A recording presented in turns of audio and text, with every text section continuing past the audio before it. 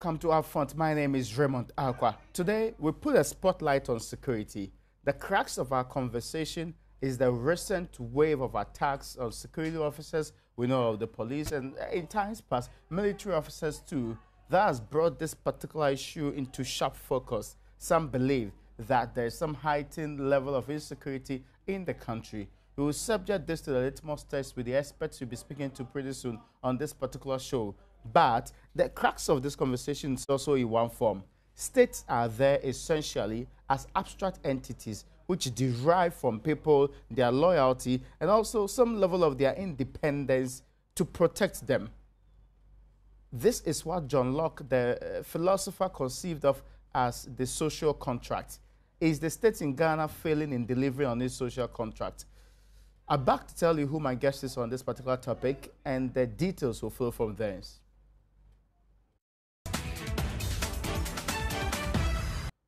You welcome back to UPfront. My guest today is a three-time general of the CDS of the Republic of Ghana, Chief of Defense Staff, a former National Security Advisor, at a point in time, Human Security Coordinator of the Republic of Ghana. I'm sure by now you know it's General Joseph Nunu Mensah.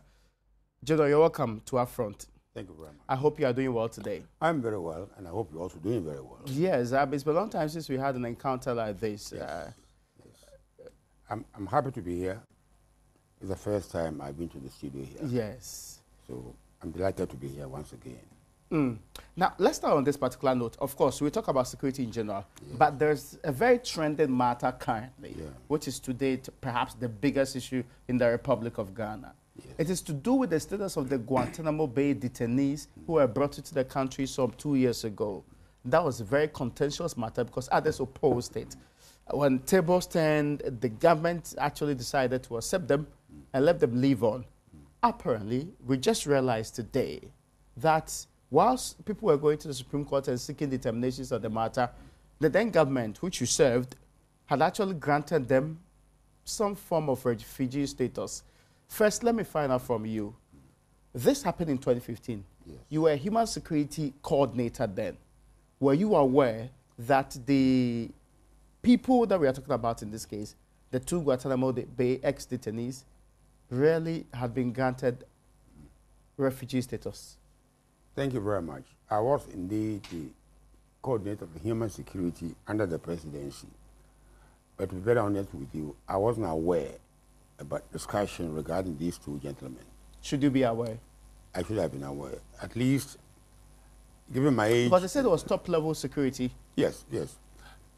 You know, the problem with this country is that sometimes we don't speak the truth. And if you speak the truth, then you are branded as anti, whatever. But I've always spoken the truth. I've never lied. And I can guarantee, if I had the Quran here, I hold the Quran and swear, and the Bible I swear, I've never told lies. And the truth of the matter was that I should have been involved in that discussion about this again, but I wasn't involved. So you might not have been told when the decision was taken to actually grant them refugee status. Yes. Were you told when the decision was taken to bring them in? No, when I didn't understand until the decision was announced to the public. Oh, you the coordinator for human security? Yes, I didn't know. That's the truth. Was it high-level security matter that did not frankly require speaking, your attention? I don't really want us to go into those matters, but even though I wanted to know whether you had clearance to be of that level. No, because we saw you to be at the apex of security in the country. I've been in the security of this country business since Kwame Nkrumah's time, 1963. A long time ago, 55 years ago.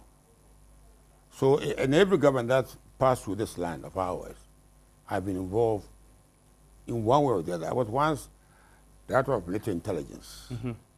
Have experience with all these major intelligence institutions around the world. So even if I wasn't security coordinator, I wasn't national security advisor before then, by the knowledge I've acquired over the years, I was entitled to be consulted. You know, what do you think about this issue? But it never happened that way. And as I'm telling you, I learned it when you got to know it. But I assume that I'm not all-knowing. There are the people who are taking over from me were clever enough. They have taken all the issues So let me understand this. Yes. You were first security advisor to the president. Yes. Was the decision to move you from the security advisor to the human security, what they call it, coordinator, a demotion? Was it a demotion? The movement? I never, well, I've been around for a very long time, 81 years. Yes. So whatever comes my way, I don't fight it. If you ever once, I will come and talk about my life history. It's very interesting. Allah, God does things in mysterious ways, and I don't fight destiny. And so I thought I shouldn't have. I wouldn't call demotion, because I shall come with me in the letter that appointed me. We said that my position was equivalent to the cabinet minister. Okay. That's high.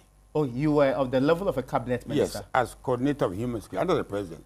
You see, before that job came in, I've been involved in a lot of things.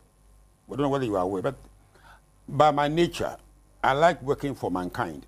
So I've shown a lot of such behavior, building schools, It's a school called O'Reilly. I'm sure O'Reilly. I moved O'Reilly with the secondary school. There were 6 secondary schools. So Professor Mama, I believe, knew that I have a penchant for that thing. So when he said, I thought this was very special, and I loved it. I didn't think about emotion. I loved it. Because, see, if we're going to create a country of peace and security, the people living in the country have to be happy. You cannot have a country of peace and security when the people are not happy, they are disenchanted. They have all kind of problems that we are having these days. So if I had the opportunity to really make young people like you happy, and I knew how to go about it, I loved it. Okay, but let me get this clear. Now, as national security or human security coordinator, were you entitled to know that government was bringing in what they call the Guantanamo Bay detainees? Since I was my job entailed the welfare of human beings, human security. The idea was just to make Ghanaians happy.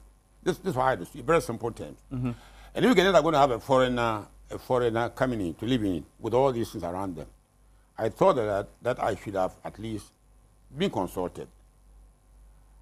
What I thought about this. Okay. Given the fact that, like you said, having been chief of defense staff, having been out of the military intelligence, having all kinds of things in the military, with that background, you should have been consulted. But if I wasn't, it didn't really bother me. You know. Okay, but let me then find out from you, because we've gone a long way. Yes.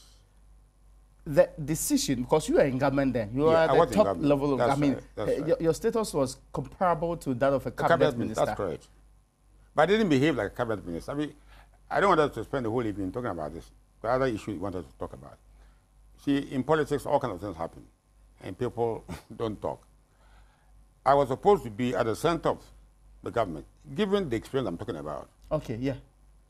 I worked with Nkrumah, with Afrif, with every government. So like the late gentleman we lost a few days ago, K.B. Asante, wonderful man. With that body of experience, you should be consulted, like, you know, whether or not it matter involves you. But the president had his own way of doing it. So if I wasn't consulted, it didn't bother me. But I should have been. On hindsight, was it a good decision that we accepted them into the country? See, when I'm doing a job and I'm removed, I don't believe that I'm the only person who can do that job. And I assume that those who took over from us knew what they were doing. Otherwise, I wouldn't have been removed. If I was that kind of a person that I thought I was the only one in Ghana, I'm not the only one. There are better people than me. I'm quite sure about that. So if somebody came to do my job, I thought they had taken all the precautions that they had to be taken before they were accepted. So I heard it later on, and I didn't quibble at all, because, like I said, if you are a security advisor or like Minister of National Security or security coordinator, you knew what to do to accept. I thought they had done the foreign affairs, done all the checks. Was this nation put in harm's way by accepting these two? No, I wouldn't think so. I mean, if they because the Republicans in the then, what they call Senate, and also Republicans, even at the level of the House of Commons, had consistent, these were not younger ones, senior Republicans had consistently raised the alarm about how states were being threatened with the departure of these detainees into their countries. Ghana was one of the ones that were mentioned, and the people who came to this country were deemed to be high-risk people who could not be treated like ordinary people. You see, I didn't have the information that you are saying to me at that time. I didn't have the information. like I said, I thought government asked the right questions from the Americans, and they have been assured that it was safe for them to come to this country. Do you think that decision was probably because this is a big boy who bulldozed and got his way through? That's America, and in any case, and as he was dealing with a country like Ghana, or it was mutual and was based on how we respect each other, because we hardly do these things. But I'm taking into account my own history, my own background. In 1983, between 83 and 93, I lived in Britain as a semi-refugee. So tables have turned. I mean, I was in very business. I didn't want me in Britain. They assaulted me. In fact, I would have probably done the same thing that those who took these people, because of my own background. If tomorrow, but you had no terrorism background. No, but you are not from a country with known history of terrorism. Yes. You had not been in detention for months for terrorist-related engagements. But the point I'm making is that I had the information that they had. I didn't have them to make a judgment. I don't know what information they had. Maybe they've been assured that they were safe. I don't even know. I mean, so it's difficult for me, from hindsight, to say it was wrong. Not having the information. But they've been here for 2 years. Yes. What sort of monitoring and surveillance would naturally happen when these people are accepted into the country?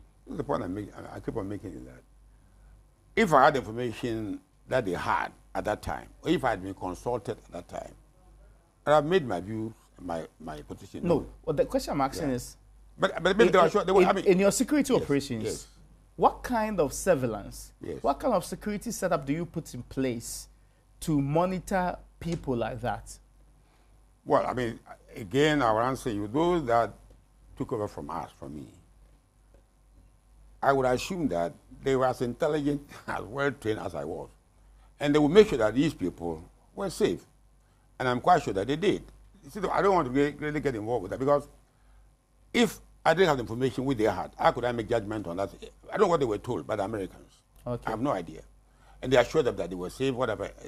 What I would have done, I would assume that they did it to make sure that Ghana was safe. So I assume here that they did that the government took them in. Because I don't think the president at that time would have taken them. If there was a bit of bother about our security, he wouldn't have done it. So I assume that he was assured by the Americans and by security elements in the country that they were safe to come. And I'm sure that they put surveillance on them. And so far, I haven't heard that they've done anything sinister. I'm not sure what if anything at all. I'm not sure what anything has happened. So I would assume that they did the right thing. I mean, how come by this government, the current government, has also given them refugee status? Okay, so they say they've not given. They say it was already given prior to they coming into office. Well, this is the BBC as I was just coming to office, and BBC said that the government has, in this government, the foreign minister. In fact, the foreign minister today told Parliament that when they were deciding what to do with them, then they realized that the previous government, under which you served, had actually given them refugee status, which moved them from a decision that we ought to take into a decision that had been taken already, which really cannot be but the government can withdraw it. I mean, if they didn't, they can withdraw it. Hasn't Trump changed everything Obama did? The DACA people haven't changed everything. But the government has the power to change it. The directive principles of state policy says, as far as practicable, we should continue with previous policies. If the government had any problem with our security, they shouldn't tell us they couldn't do it. They could do it.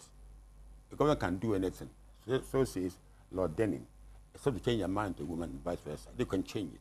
If they felt that was wrong, they can change it even today. For our security, they can change it. So you think that this government sees nothing wrong? They also agree. There's nothing wrong. This is the way I understood it as I was driving to office this evening. I just heard on BBC that this government, the foreign minister, had agreed.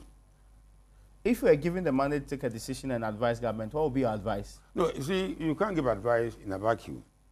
I have to have a full information on my table and then put them together and then give a decision. But I keep on saying, if you deny me the information, how can I decide? Okay, but I get your point. What they have been told, nobody, I have no idea who's running Ghana, what is it, nothing. So how can I give advice? I get your point. From a vacuum, I can't do it. Are Ghanaians safe with these two in this country? Well, they've been here for 2 years. 2 years and over. Yeah. From my mind, what I've heard, nothing sinister. No, I mean, I'm not worried too much. I'm not worried, frankly, I'm not worried too much about these people. We have a government, and we have confidence in the government. So we rely on the government, It assured us. So what reason have I got to worry about? Can government still monitor them now that they are should. refugees? Well, they should. I mean, I was in Britain. Do we monitor all refugees? No. I mean, we've got security intelligence systems in every country. Okay. They follow people. Britain, America, they do it. I mean, today if you land, they do it. If most of these people that roam about in Europe, they are being monitored. They are being surveyed. So I assume that we are doing the same thing here. We have been properly trained. So I don't think I have any worry for Ghana from these people. Who is supposed to pay for the surveillance and monitoring that this government will do? I wasn't the one government was meeting America and discussing. I'm sure they. Yes, I will want to. If they raise the issue, they'll give them money. I mean, America will pay for it. Yes, of course. We can't. I'm sure they pay for it. They get them money or something in lieu. I'm sure they did that. I'm sure they did.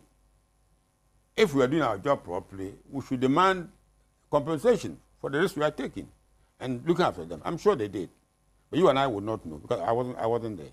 Okay. Now, let me also get this clarified because it's part of the security conversation that we are having about this state and what is being done. Do we take security serious as a state? I would say the whole world is now in a flux. You know, I mean, what has gone on in Europe in the last couple of months, a few years, in France, in Britain, in Manchester, in London, in America. Today, whether yesterday, in a school, 2 young people were shot. I don't know whether today or yesterday or whatever, in America. So nobody is safe. We found grenades in Odoko, whatever, hand grenades. What have you heard about that? Not much, nothing. Okay. You know, and nations like Britain, which is an island, they cannot secure Britain. An island, you have to swim. They come through the airport or mainly to the airport. And they can get this into Britain of all places.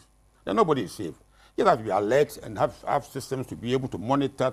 That's all you can do. Have intelligence systems to be able to monitor people. Is our intelligence up to that standard? And I'm saying that I left intelligence long ago. No, not long ago. You left before the John Dramani Mahama government came to an end. You were very instrumental in the beginning part of that particular government. You were a security advisor then. If you ask me this, clearly after a few when weeks. President Mills was there. Yes. Because I was seeing him intimately, discussing intimately, one-on-one, like you and I, quietly. He will call me, we will talk about this, I will put my advice, we will discuss it. But it doesn't happen beyond that. So every regime has its own way of doing things. If it happened, it didn't happen in my time as coordinator of human security. It didn't happen. For the past, President Mills passed on July 2012, until the election of 2016. I was never involved in anything to do with security. Okay, that's interesting. So you see, I'm telling the truth. I don't lie. I'm someone who never lies. That's the truth. It's terrible, it's sad, but that's what happened. A man of your experience? What I'm saying is it's very sad because, you see, you couldn't be around for all these years, having worked around the world all these years, acquired so much experience, and then your people decide that, but it's happening even today. See, Ghana is a funny country. Africa is a funny place, where if you don't belong to a particular group of people, even the government today, whom I happened to be a member years ago, would not call you to General, look, there's an issue here. Can you express your view? Nobody will call you. And it hurts because you think that at age 81, having done all the years, almost 60 years of service, I've been around the world, you have learned something. But nobody will consult you. So what do I do? You know, this is the problem we are facing today. Now, let me understand this. Are Ghanaians safe today? What the government knows, I don't know, as a private citizen now. If IGP say Ghana is safe, who am I to say it's not talking out of its senses? Who am I? I don't know what he knows. All I can say is but this is not the first time they're giving these assurances. They do give. And yet, incident after incident, are happening. People are emboldened to take the law into their hands. Right. They actually, with impunity, get to commit big-time crimes. Things that are alien to us are happening in this republic. This is true. That is despite true. the assurances. Yes, but they keep on. So we have a reason to be worried. We do have a reason to be worried. Like I said before, last week, when a few hand grenades were found at Qatar International Hotel, that area of Accra. And I'm yet to know more about this, to make any meaningful comment on it. These are military weapons. And the origin of these weapons ought to be. But now the police, I hope, have information about this, which I don't know. So I can't comment. Because those grenades, you can talk about AK-47. And okay. incidentally, if you go to Kwabenya, where this thing happened a few days ago, I'm quite sure they took rifles away. Those criminals, I'm sure they took rifles away. So these equipment are getting out of hand into private, dangerous hands. So who are you to say you are safe, guarantee my safety? You can't guarantee my safety. You know, this is the problem we are facing today. Government keeps information to their chest. They don't share with us. But we are all part of the we are shareholders of Ghana. Okay. They think that they are better shareholders. They are the power, so we should sit down, which is wrong. They should go beyond the government and ask people like me, like late KB Asante, a man imbued with so much wisdom and so on, and put our experience together to make Ghana a better place. But we don't do that. Okay, now let me get this part also clarified. Now, because the conversation many are having in this republic is that we don't know which next big incident is actually going to shake the conscience of the state and get us to work the way we ought to work. Yes. We have a police force that's slightly above that of the UN standards, as in, I mean, not up to the standard of the UN. We have a military that's praised the world over as being very powerful. So why do you think that we are still having these kind of crimes being committed, sometimes brazenly?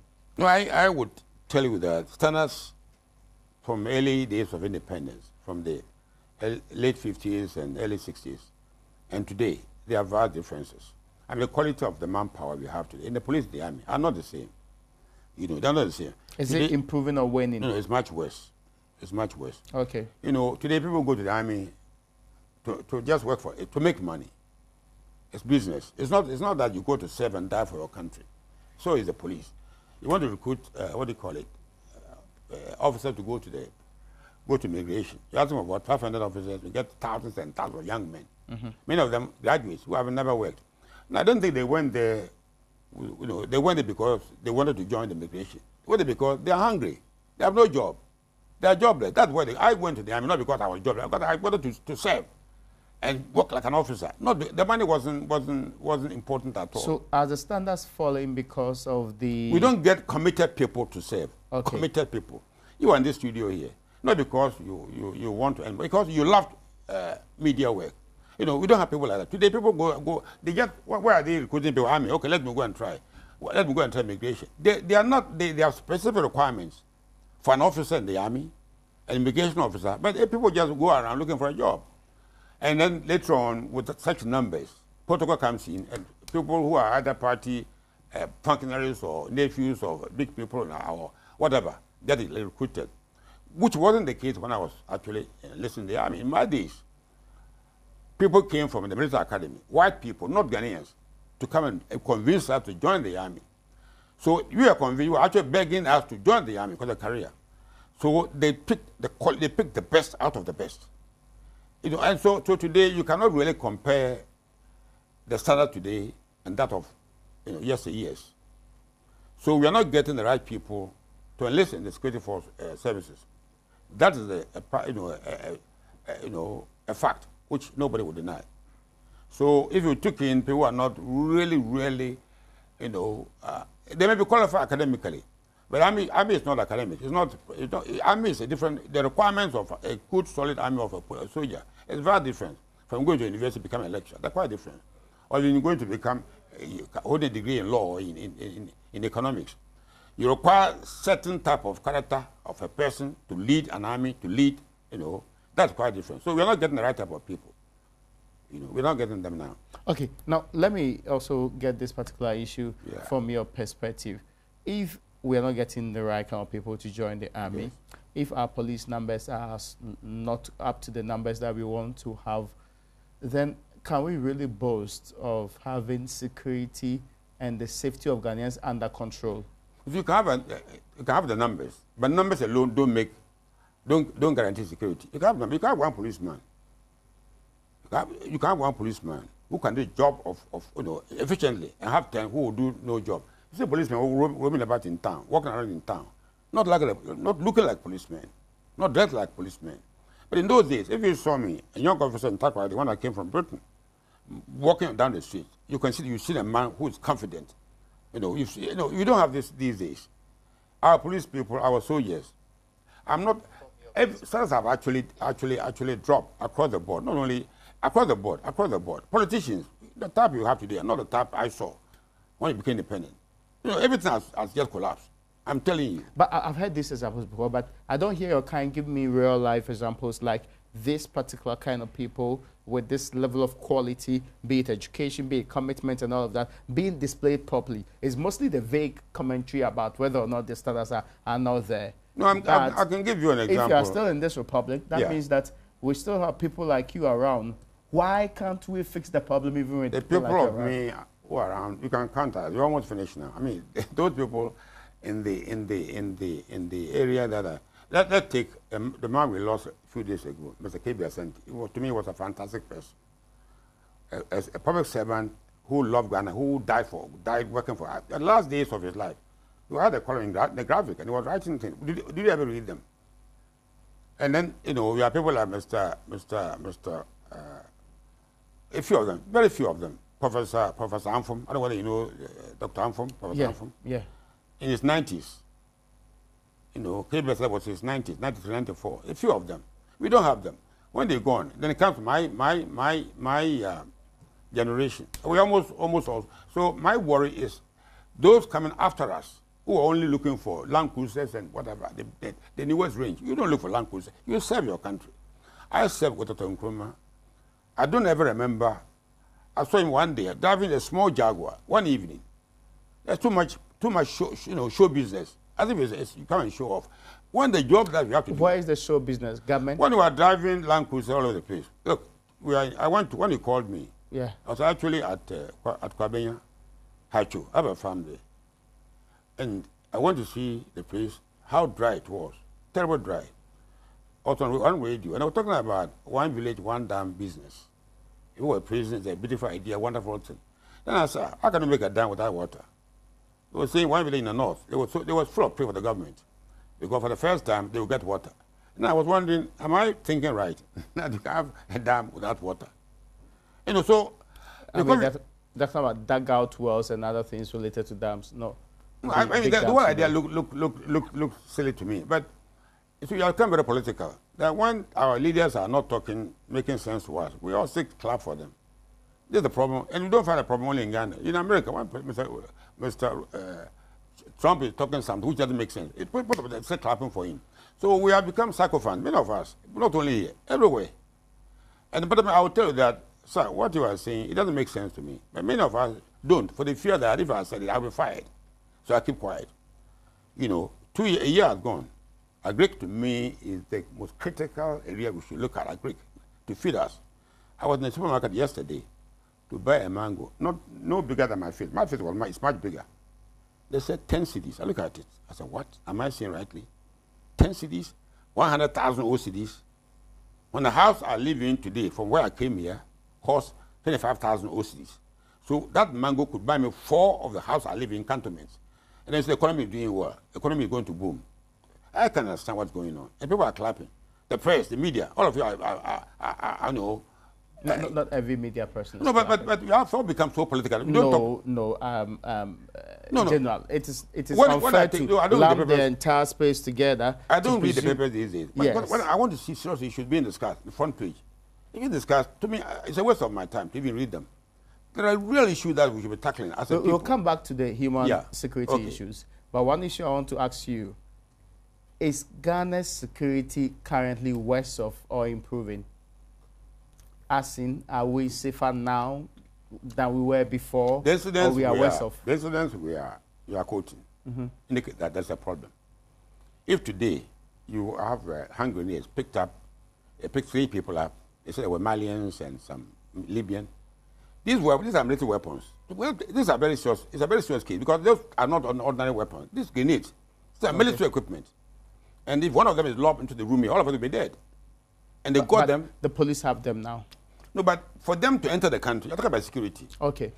You don't have any security. I want a verdict from you, whether we are worse off or we are not worse off today. You go back to, I was out of military intelligence in Nkrumah's time, in Achampon's time.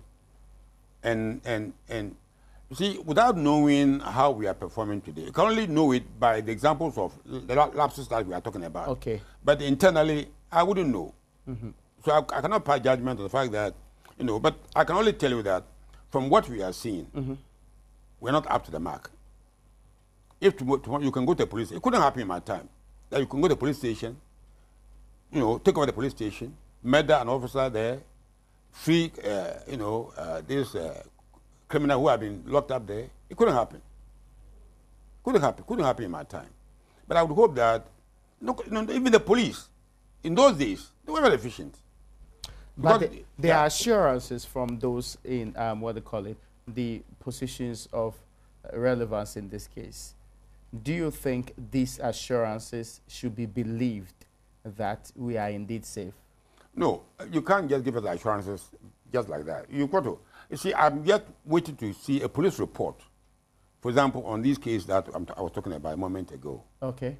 Nothing has come out. No, I don't even know whether you've heard something you in the media. They arrested them, they are investigating. Yeah, but there must be initial investigation established where, to get the facts, then you take your time to go into details of the facts. Then you want to know where the bombs came from, where the grenades came from, who are these people, when they come to the country. But, but nothing, but everybody is quiet. You have a problem. You see, it's a lapsus that Is it not this information that's supposed to help them do the investigation? But this is a very short matter that you must hurry. It must be fast. Because if suppose they had the grenades locked in around the Joy FM studio here, you must be able to really fix them and get something that to assure that it's just this and that. But if you just say we are quiet, nothing's coming out, then the following week, police people at the police station. Are these incidents going to reduce or increase? Given the situation which you find, see, this is why we were talking a moment about human security. When there are people in the country who have personal problems, a few weeks ago, on one of the foreign news media, there were Africans in being sold as slaves in Libya. I'm sure you saw that. Yeah. Whether we were Ghanaians. But when I saw this, I got so sad. What happened to Africa? The young men, we cannot take care of them. Have you always not migrated? I migrated, but I didn't go through the border, fall in the sea, and swim across the Mediterranean Sea to Europe. Okay.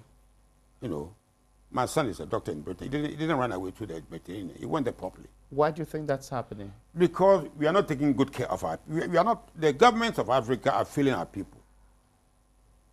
Look at Africa's resources. Look at what you have. What haven't you got here? And when young men are running away, it means there's a problem. And when Mr. Trump used these expressions for Africans, I don't want to use it on this studio here. And Africa... You support that claim? The anger in me, you could feel my chest heating up when I heard this. But I wasn't surprised.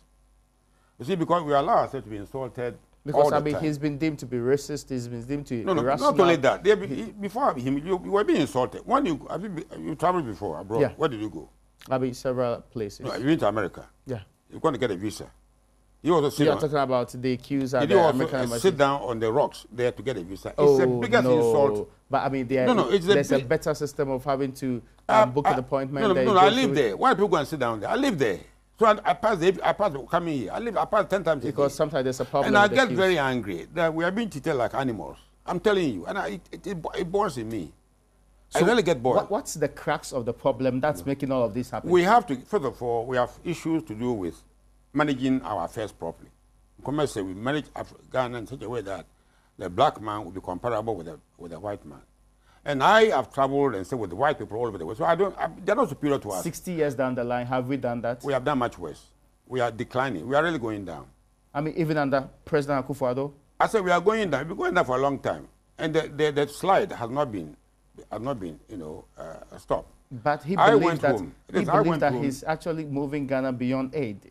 How can you conclude what is this? What is evidence? When women, you see, it's what you see. I've done intelligence. It's what you see, which convince you whether what you are hearing is right or wrong. Talk about economy. We go the fastest growing economy. I don't know. Ghana will be one of the fastest growing. I don't know where the growth is going to come from. When women are selling on the streets. The growth is from the services sector. No, but service sector. But that's the services sector. When agriculture has almost collapsed.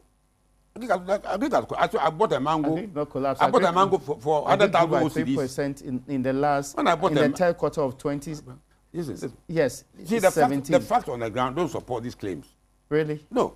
I go home. I'm afraid to go home. The Agri Minister said he has created 745,000 jobs in 1 year. You go to markets to buy food. I go to market. On a DM, I had to go to market. One day in what was this? I was actually traveling to Winneba. You know Winneba well? Yeah. As a Ochakum, before the river Yensu, there's a village there. I was buying tilapia. And the boy told me it was 10,000 cedis. I drove a Benz car, which cost 7,000 cedis. Okay. So I said, are you telling me that this stupid, excuse my language, fish is more expensive than the Benz? I used to that. This is which we are, and we are saying that we are not doing well. We must face facts. Look, when I was chief of defense staff, my salary was 1,200-300 cedis at the time of June 4th. Today, that money is worth what? How many pesos? 10 pesos, 10 whatever pesos. You know, something is wrong with our economy. But we don't tend to face the facts and call a spade a spade. When the economy is going to grow in the service sector, what about all the agri is growing? How can you see the growth? I have been dealing with agri. I'm a farmer. I have a farm. Yeah. I'm a fisherman, a farmer, and a soldier. But it's not only your farm that's you in the. But I travel around. I go to the market. I'm coming. It would be unfair to judge the growth in the sector by what happens in a single. No, but farm. I travel. I go to Makwala. Yes. I go to Cantamanto. I see things. See, I don't talk. Inflation has gone down from 15.4% in December 2016 a mango cost to 11.8%. Yeah, but don't give me these figures. They don't mean anything. Go ask the man who is begging on the street. Ask the young man inflation is determined by what's in the market. Don't quote me these figures, because when you go to buy kenke, go and test the inflation figures on the ground. When you buy a mango, which is not imported, it cost me 4 of the house I live in a few years ago. Then something's wrong. But the value of the money has changed over a period of time. So the money to do the comparison is a bit strange. You have to compare. You have to, because today, the chief of defense staff, his salary will be millions of OCDs. Yes, that's more reason I can buy your house. But I live better as CDS. The CD was, it's difficult for you to understand what I'm talking about. We are churning out figures to convince us that we are doing well. Hitting our chest, we are doing well. But on the ground, we are not doing well. Because I at my level. Is that why security is problematic now? Yeah, it's part of the problem. Because if the economy is not doing well? No. If the people have access to good jobs, they are happy. These, vigilante people wouldn't go around because they are poor, they are hungry, they have no job. That's why they're going around beating people up. Don't you think it's because of their lawless nature? Yeah, that lawless nature, the nature is there, but the situation they live in has reinforced that nature that they have. Much of them don't go about beating people in the season toilets because they were there vigilante groups in 1983? We had a major famine in the country. During the AFIC days. Yes. There were examples. There were the defense committees. Okay. Which were behaving like that. But that was one. They are behaving like vigilantes today. Very close to that. If you learn my history, I resigned. I'm the only person who resigned his job as chief of defense and left. I couldn't stay. I couldn't stand that. To be fair, because under your watch, judges were killed in this republic. But if you learn, if you go and read the history, what happened to me? I resigned. And the letter, I don't know whether you've seen it. But you failed in your duty. That's why this happened. No, you cannot say that if America, there was shooting in America yesterday or this morning. You blame it on school. But he might take the blame. I mean, the president, even though he wasn't there. So I took the blame and I left. You see, if a leader, I took the blame and I left the country. As I couldn't be part of the system. And up to now, that murdered judges. I couldn't be part. And if you look, I want to bring a letter, I've got copies, I'll let you read the copy. I said I couldn't stand in serving the government. And whose watch this happened. We need to have people. You didn't prevent it. No. You didn't put it, at the apex of security, you couldn't have actually perceived that this was likely to happen and protected that is better. I don't know whether you've read the history of those days. I have actually done so. No, but let me tell you, I was in the middle. Let me tell you what happened. When we got to know that members of the government were alleged to have been part of this criminal act, and I'm a part of that government, I've been properly brought up, I couldn't stay. Okay, but the other issues I want to run by you. Now, I mean, you put the current problem with the security to economic reasons. No, it's part of the problem. What is the other problem in this case? It's a complex issue. When you're not creating... And I want you to list for me the other ones. When you can't create enough jobs. Jobs? Yes. Look at, you are going to university. I didn't go to university. I didn't have time to go to university. I had a job waiting for me. Interesting. When I was in school, they came and begged me to join the army. The following year, I was in Britain. I didn't have time to go into university and do what? So when you have got thousands of young people, when you want 50,500 recruits for immigration, you get thousands of them, graduates, then something is wrong. You should something wrong. They have no jobs. I've been unemployed before, but I wasn't hungry. You know, if I've been unemployed, then you understand how to live in Ghana without a job. So when a person like this, somebody comes from, I'm going to give you a job in Libya, tomorrow morning, they will pack and go. They go and give you a weapon. Okay, for the subject. Come, go and shoot. So I'm really come on, go and shoot. I want you to connect it to how Amrobi and all this is because when the people have no jobs, criminal activities are okay because you have no access to a job that you can, engage in profitably, properly.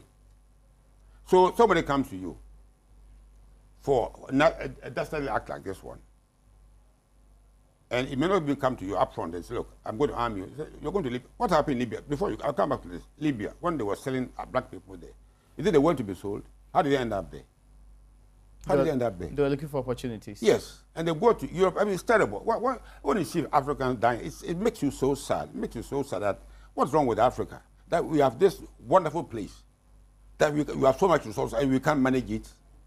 Now, so when your boys go on doing criminal, my children are not criminal. Do you believe that this government can fix the unemployment problem? This problem, I will be there with that for a very long time to come. Because we are not doing things... But can we reduce it? It's increasing. I don't think we can reduce it. See, the situation is very serious. I don't think we have faced the problem squarely. You have to invest, you have to double match and invest in a hurry and work to catch up. Look at India. And you don't think we are doing that? No, we are nowhere near that. We are nowhere near that. Even with the renewed efforts? The effort, when I say go, I can't see the effort. You are talking, but I can't see them. I can't see them. That's the problem. Has there ever been a year in this republic that there has been 745,000 jobs created in the agri sector? You have seen the jobs. You are only talking about them. We talk a lot. Look, listen, at Champions time, I'll get a bit of history. It's interesting because the minister said you doubt him. No. We are talking, the language you are talking is sweet, but the fact on the ground, don't support the argument you are making. Don't support it. You walk on the main road here to the airport and see young men selling toilet roll and so on. And you tell me there are jobs. If there are jobs, why are they on the road there? If there are jobs, why are these young people on the road there in the heat of the day selling dog chains and what, toilet rolls? I feel so, when I say I feel so sad, I feel so miserable. I wish I could engage them tomorrow. But we can do it. If we are determined, we can do it. You see, but sometimes we have to go beyond the government and see people with experience, with know-how, and say, look, General, look, oh, Mr. So. Mr. Deborah, you are an old civil servant, you ambassador, so much experience. Please, sir, what can we do? But you don't. And when you dare tell the government what to do, they think they are too known, and therefore you are discarded, if not thrown away somewhere. So I'm not talking from theory. I'm talking from, I've been around for a very long time. And so when I see, look, I was in India in 1975. India was something else. I went back about 6-7 years ago. Yeah. It was a new India. Let me ask you. I could see development. I could see it physically. In specific terms, what can be done to improve the situation and reduce the crime rate and the state of security in the country and improve that? Yeah, first of all, I'm not an economist, but I'm only, I've got experience in this area, but I have not expertise. I don't have the expertise. And I can only go back to history and quote what somebody did, and copy from other people. Come to Ghana here and go to Ghana Champions time. These two things, which to me were very impressive. At the early stage, 72 to 77, until he was removed in 78. 5 years. He came back and two policies: feed yourself, and then housing. Done so many states. He didn't have money. IMF refused to give him money, but I was able to mobilize Ghanaians. Today, young people, I couldn't park in front of your office. Everybody got a car, expensive cars. There's plenty of money in this country, but we're not properly channeling the money into areas that will move the country forward. If you come and say, look, the between the Kasua and Winneba, that big land there, up to Bojuasi, carve out 5 miles square and build a new town there. I won't give you money, and I will do it. Okay, but that's interesting. No, but it can be done. We need leaders to lead. But there's a leader now. No. Everybody who is a minister is a leader. There's a president who is leading the way. My friend, his ministers are implementing. You can go to policies. university, get a degree in law, get a degree in philosophy, get a degree in everything. But you will not be a leader just by holding a degree. That's why I was O-level and I went and became chief of defense staff. Let me be clear. This issue about... Are you saying that leadership in the Akufo-Addo government is failing to do what is required in this case? Leadership has failed Ghana over the years. I'm talking about the president currently. We are not doing the right thing. So, look, these young people on the street there. Is he also not doing the right thing? In 1 year? I'll be very frank with you. Yes. Last year, we were talking about going for food and jobs. Yeah, planting for food and jobs. You said they did that. You said they did that. I didn't say anything. I travel outside Ghana. I don't see any farm. So when I chapel stand between Weja and Winneba, you see farm left and right. I had a big farm. But that's their plan. They want to bring back those farms. Yeah, but see, we talk a lot and do very little. The talking should cease. And you should action speaks louder than words. I built 6, 7 schools. I didn't talk. I built O'Reilly. I didn't talk. There's too much talking. Let's get the job done. Is corruption still an issue in this country? It's a big issue. Really? Everybody is corrupt. After the appointment of Martin Amidu? No, he hasn't gone on the ground yet, but that even won't stop corruption. The fact that you catch the thief after he has stolen doesn't stop stealing. The thing that cause is what to attack the cause of corruption. Not after the people have stolen our money, millions of money, then Amidu go after them. Can the Akufo-Addo government fight it? I mean, I'm not going to. We are not fighting it. You see, the cause of corruption, you can't fight it with weapons. It's not a matter of weapons. It's a matter of conscience. Do you see what he's doing to fight it? I can see what he's doing, but it's not enough to stop corruption. People are hungry. And if they're hungry, you can't stop them from being corrupt. I've got issue to get some land papers in the land department. People are doing it. They won't mind you unless they want to give them money. But I will never give money. I've never done it. I will never, I'll give you money, out of my own will. But I will not give you money. I will never do it. I'll never bribe you. I will never do it. I will never bribe anybody in my life. Even when I was poor in Winneba, I never do it. I went to work, Kaikoko, which was a port, cement, to save money and pay my school fees in school. You seem to have given up on the fight against corruption. What creates corruption is what you should attack. So what creates corruption? And not after the event. What creates corruption? Unemployment. Today, a person is hard up. There's a chance you get, they want to cheat you. Let's make life bearable. You're talking about human security. Okay. Let's create a life that people will be happy to live in. Do we still take human security serious? Who? In Ghana. Take what? Human security serious? I don't think we understand it. That you cannot create security of this country unless the people living in Ghana feel happy. There was one of these countries in the Middle East. One of them created a minister for happiness. Yeah. Which Nigeria. Huh? Nigeria. Not Nigeria. No. One of the Arab, either Abu Dhabi or Dubai or something, created a minister for happiness. And I said, my God, that's what I want to hear. A minister to make sure you are happy. When you're happy, you won't have crime, you won't have stealing. But merely having a minister for happiness doesn't mean that way the minister will make sure that we have created conditions for make people happy. There's a minister for sanitation in this country. Do you know how dirty Ghana is? I've never seen a country dirty like this country in the world. I've been around. I've never seen a country dirty like this. South Sudan. I went there. I went to Juba. When they had it, I was there. Is Ghana dirtier than South Sudan? I didn't travel a lot, but I have not seen. No, okay. But I'm being very frank with you. Heaps of rubbish. It's amazing. It's just sickening. And about 7, 8 years ago, I fought a campaign to rid Ghana of polythene bags. But I thought it was terrible. It was just. It didn't succeed, did it? Didn't succeed because there were too many interests in it. You see, when I'm going for something, I don't look for what I will gain out of it. I go for the job, it should be done. But in politics, you go and see whether this I voted, this is like this, I'm going to have election. I don't think about it. The thing must be done, it must be done. Look, you go and drink shelter water and put in a gutter there. Should the president sack ministers who are not performing? That's a matter. I didn't appoint them. He appointed. If they're not performing. I'm asking you. No. First of all, I mean, I don't want to go into that area. See, we appoint people into politics, people into jobs, not because they are the best available, because I was his campaign manager. I know Zakuba very well, very, very well. Are you saying he doesn't appoint qualified people? No, I'm not saying that.